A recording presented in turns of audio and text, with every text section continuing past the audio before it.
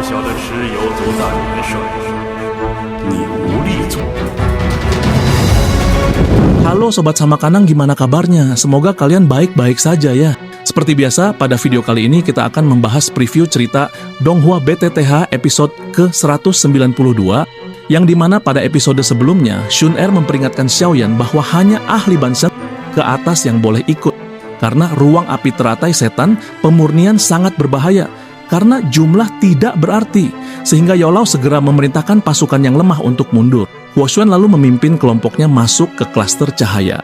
Sebelum berangkat, Shun Er menjelaskan bahwa api iblis di sana lahir dari emosi. Jika emosi meledak, jiwa pun akan terbakar. Setelah mendengar hal itu, Xiaoyan masuk lebih dulu. Namun langsung terpisah dan terjebak lautan api. Ilusi pun muncul. Kepala balai jiwa menghancurkan jiwa ayahnya, memicu amarah yang membuat api iblis meletus dari tubuhnya. Untungnya ia tersadar dan memaksa api iblis keluar. Dengan api surgawi, Xiaoyan melihat kabut krem yang menipu semua orang. Lantas ia menyelamatkan Yaolao, lalu menembus kabut hingga bertemu Shun Er dan yang lain. Mereka melaju melewati rintangan budak api, hingga bertemu sosok kurus yang ternyata Xiao Chen, leluhur klan Xiao. Dan itu merupakan inti cerita pada cerita sebelumnya. Kalau begitu, sekarang langsung saja kita masuk ke babak cerita terbaru. Cerita ini berlanjut dengan diperlihatkan keheningan sesaat berlanjut. Lantas Xiaoyan mengatakan bahwa api teratai setan pemurnian telah memperoleh semua warisan dari Purifying Demonic Lotus Saint, terbukti dari kemampuannya melatih kabut surga mimpi buruk ke tingkat luar biasa. Ia mengakui bahwa ilusi yang diciptakannya lebih nyata daripada pohon bodhisattva kuno. Namun, terlepas dari seberapa nyata ilusi itu, pada akhirnya itu hanyalah ilusi. Shun Er dan yang lain terkejut mendengar Xiaoyan menyebut mereka masih berada dalam ilusi. Kabut surga mimpi buruk sangat mengerikan, bahkan bisa menjebak jutaan orang dalam ilusi berabad-abad. Xiaoyan juga menjelaskan bahwa mereka telah melangkah lebih dalam ke dalam ilusi kabut surga mimpi buruk. Jika mereka terus maju, mereka akan tenggelam dan menjadi budak apinya meskipun mereka menang. Di sisi lain, senyum hangat di wajah pria itu mengeras. Ia menatap Xiaoyan dan bertanya, mengapa Xiaoyan begitu mengerti kabut surgawi mimpi buruk? Xiaoyan tidak menjawab. Ia bersyukur pada gugus cahaya misterius di benaknya yang memberinya petunjuk. Melihat kondisi ini, Yaolao bertanya bagaimana cara memecahkan ilusi. Xiaoyan menjelaskan bahwa ilusi tetaplah ilusi. Selama hati mereka menganggap sosok itu tidak berdaya, kekuatan sosok itu tidak akan bisa dikalahkan, sebab kekuatannya ditentukan oleh pikiran mereka. Sontak wajah tampan pria berjubah putih itu berubah. Ia menjerit marah dan muncul di atas kepala Xiaoyan. Ia mengepal mengubah api menjadi tombak panjang yang menembak ke arah kelompok Xiaoyan. Kekuatan destruktif itu membuat semua orang pucat. Melihat serangan itu, Xiaoyan berteriak keras, menyuruh semua orang agar tidak melepaskan pertahanan Douqi. Ia meminta mereka menganggapnya seperti anjing yang tidak berguna di hati mereka. Mendengar hal itu, semua orang segera menahan rasa takut, lantas menarik Douqi mereka dan menaruh kepercayaan pada Xiaoyan. Tak lama setelah itu, tombak api besar itu turun, namun menghilang tepat saat akan mengenai tubuh mereka. Wajah tampan pria berjubah putih itu menunjukkan kemarahan. Tubuhnya mulai menunjukkan tanda-tanda ilusi, karena Xiaoyan telah menemukan cara untuk melemahkan kekuatannya. Ekspresi Xiaoyan menjadi sangat serius. Lalu ia menekan jarinya, mengeluarkan setetes darah esensi yang membentuk simbol darah aneh, segel pemecah mimpi buruk. Pria berjubah putih itu terkejut melihat simbol itu, namun Xiaoyan mengabaikannya, menekan jarinya, dan simbol darah itu menempel ke ruang kosong di depan. Seluruh ruang bergetar dan meledak terpisah. Sontak kelompok Xiaoyan merasakan pusing, lalu buru-buru membuka mata. Mereka kini berada di lautan magma yang meluas ke cakrawala. Mereka berdiri di atas batu gunung yang mengambang. Kelompok Shun Er menghela napas lega. Xiaoyan juga tersenyum lantas mengatakan bahwa api teratai setan pemurnian tidak memiliki kemampuan untuk menipu mereka lagi. Ia lega karena telah lolos dari ilusi sialan itu. Di sisi lain, Xiao Chen sekali lagi mengeluarkan ekspresi berjuang di wajahnya. Xiaoyan khawatir, namun gugus cahaya misterius di kepalanya berfluktuasi. Lantas ia segera menekan dahi Xiao Chen, membuat kekuatan spiritual melonjak, menggambar simbol tak terlihat yang mengisolasi kendali sementara. Tak lama setelah itu, banyak sosok mulai tiba-tiba muncul di bebatuan gunung yang mengambang. Mereka adalah kelompok lain yang juga disemburkan keluar.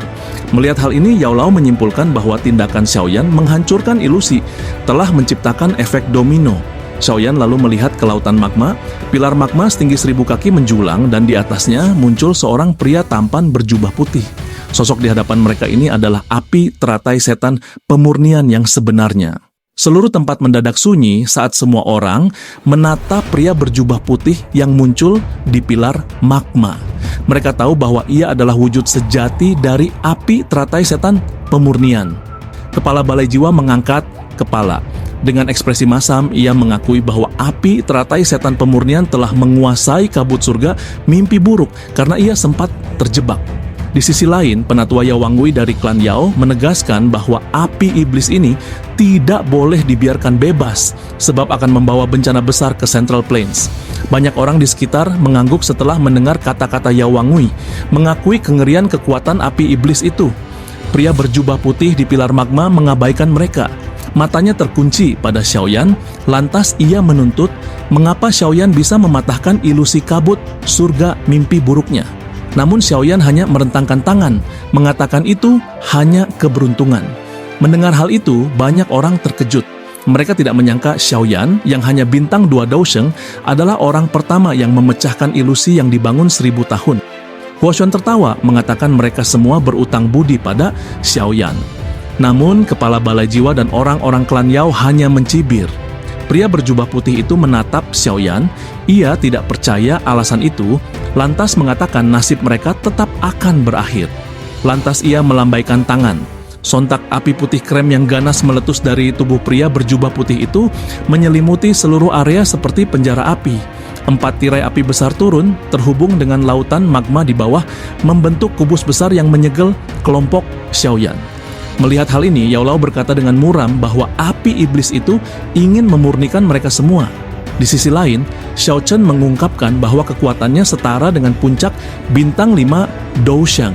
Ditambah kemampuan unik api iblis, ia bahkan bisa melawan bintang 6 Daosheng sontak. Semua orang terkejut mendengar informasi ini. Tak lama setelah itu, ledakan terdengar dari kejauhan. Banyak sosok meledak menjadi kabut darah yang segera diuapkan oleh suhu tinggi, sehingga kematian mendadak ini sontak membuat panik. Mereka bahkan belum melihat serangan dilepaskan, tapi orang-orang ini sudah mati. Seseorang yang berpengalaman berteriak keras agar semua orang menekan emosi, karena api iblis itu menggunakan emosi sebagai sumber untuk membakar tubuh mereka. Melihat hal itu, pria berjubah putih itu tersenyum acuh tak acuh, mengatakan orang-orang itu bahkan tidak memiliki kualifikasi menjadi budak apinya. Lantas ia mengucapkan kalimat terakhirnya, memerintahkan mereka yang berada di bawah kelas Daosheng untuk meledak dalam kobaran api. Sontak seluruh area menjadi kacau. Lebih dari 80% elit Dozun meledak saat itu juga. Kelompok Xiaoyan terkejut melihat setengah dari orang-orang menghilang. Pria berjubah putih itu tersenyum puas melihat langit lebih kosong. Ia melambaikan tangan dan 10 pilar magma melesat naik.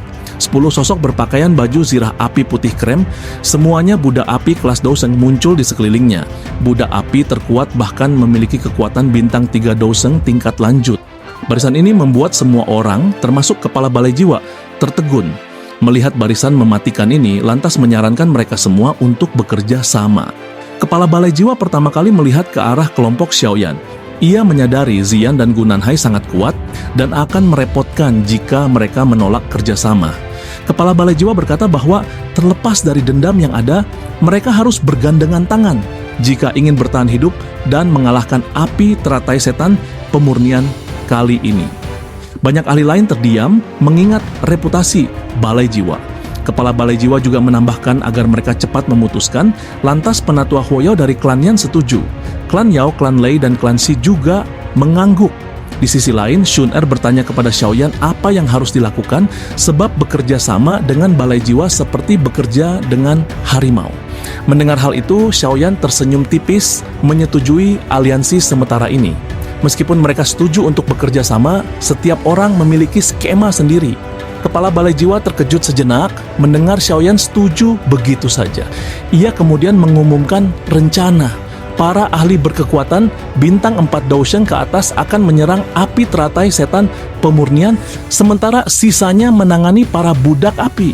Xiaoyan menyeringai, ia menoleh dan mengingatkan Xian dan Gunanhai agar berhati-hati saat melawan api iblis.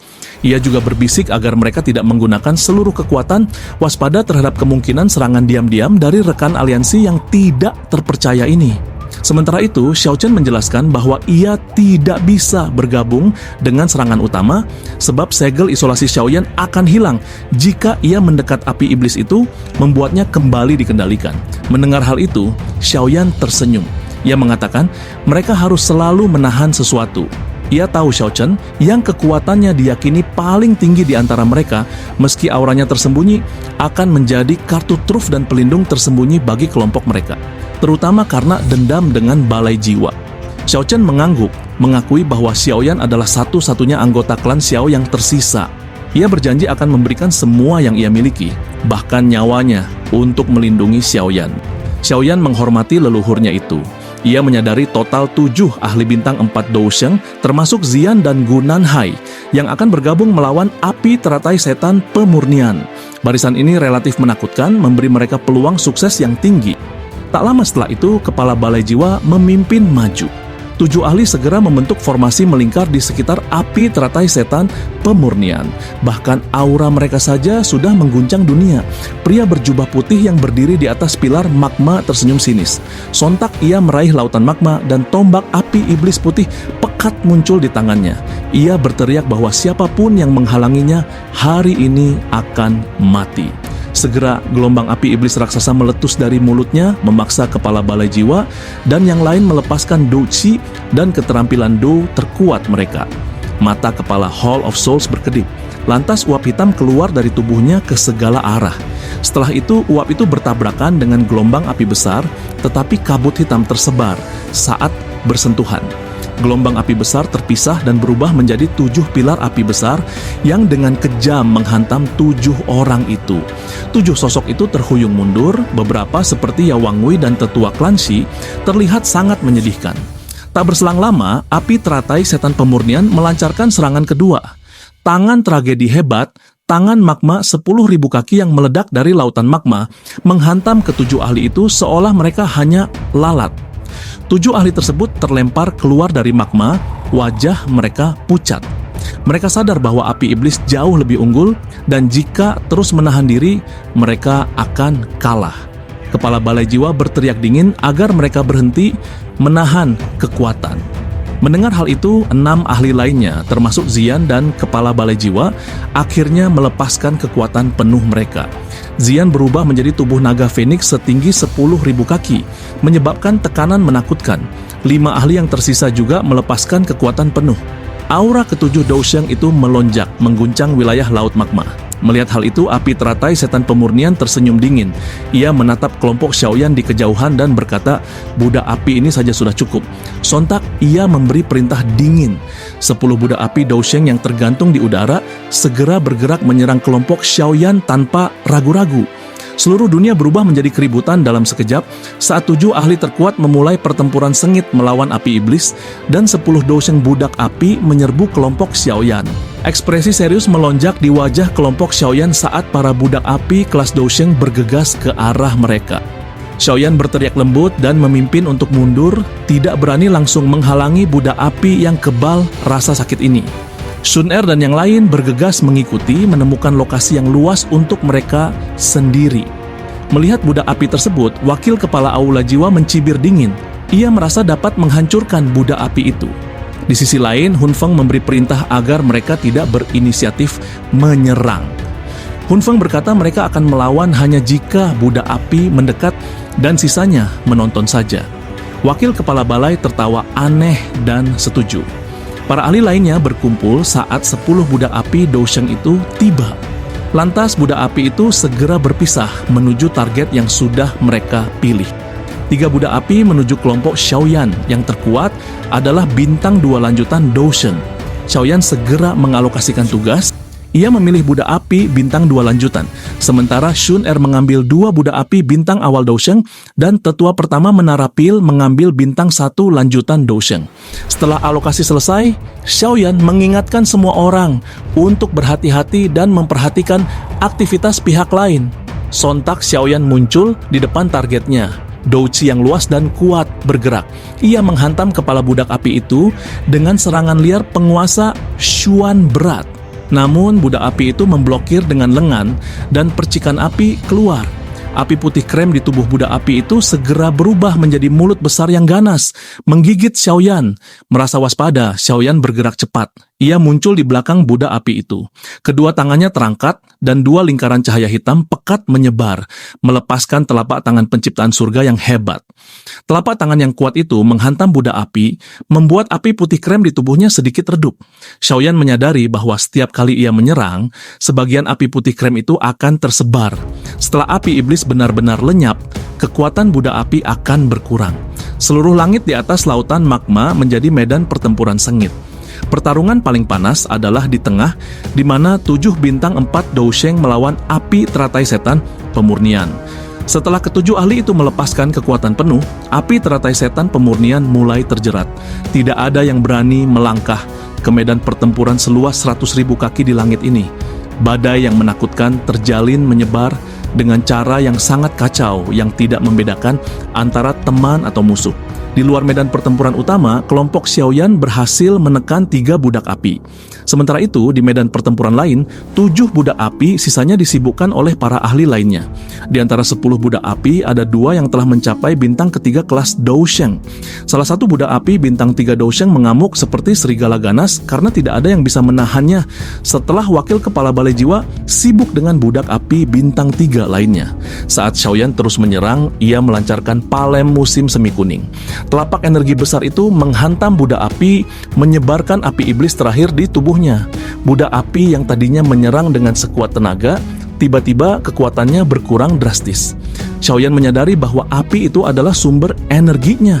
Matanya berbinar, ia bertanya-tanya apakah ia dapat menggunakan simbol spiritual dari gugus cahaya untuk sementara mendapatkan kendali atas budak api ini. Ia segera bertindak. Tubuhnya bergerak membekukan budak api yang melemah itu. Dengan kekuatan spiritualnya, ia cepat-cepat menggambar simbol misterius di dahi budak api. Simbol itu menyatu dan fluktuasi misterius masuk ke pikiran budak api. Xiaoyan merasakan panas yang ekstrim. Ia bisa melihat manik api putih krem di bagian terdalam pikiran budak api yang berisi energi menakutkan. Simbol spiritualnya mengisolasi manik api itu. Tak lama kemudian budak api di depannya diam-diam menurunkan lengan, berdiri di sampingnya seperti pelayan. Kegembiraan liar tak tersembunyikan muncul di wajah Xiaoyan. Ia berhasil mengendalikan budak api itu. Jika ia mampu mengendalikan 10 budak api ini, ia akan dapat menghancurkan balai jiwa.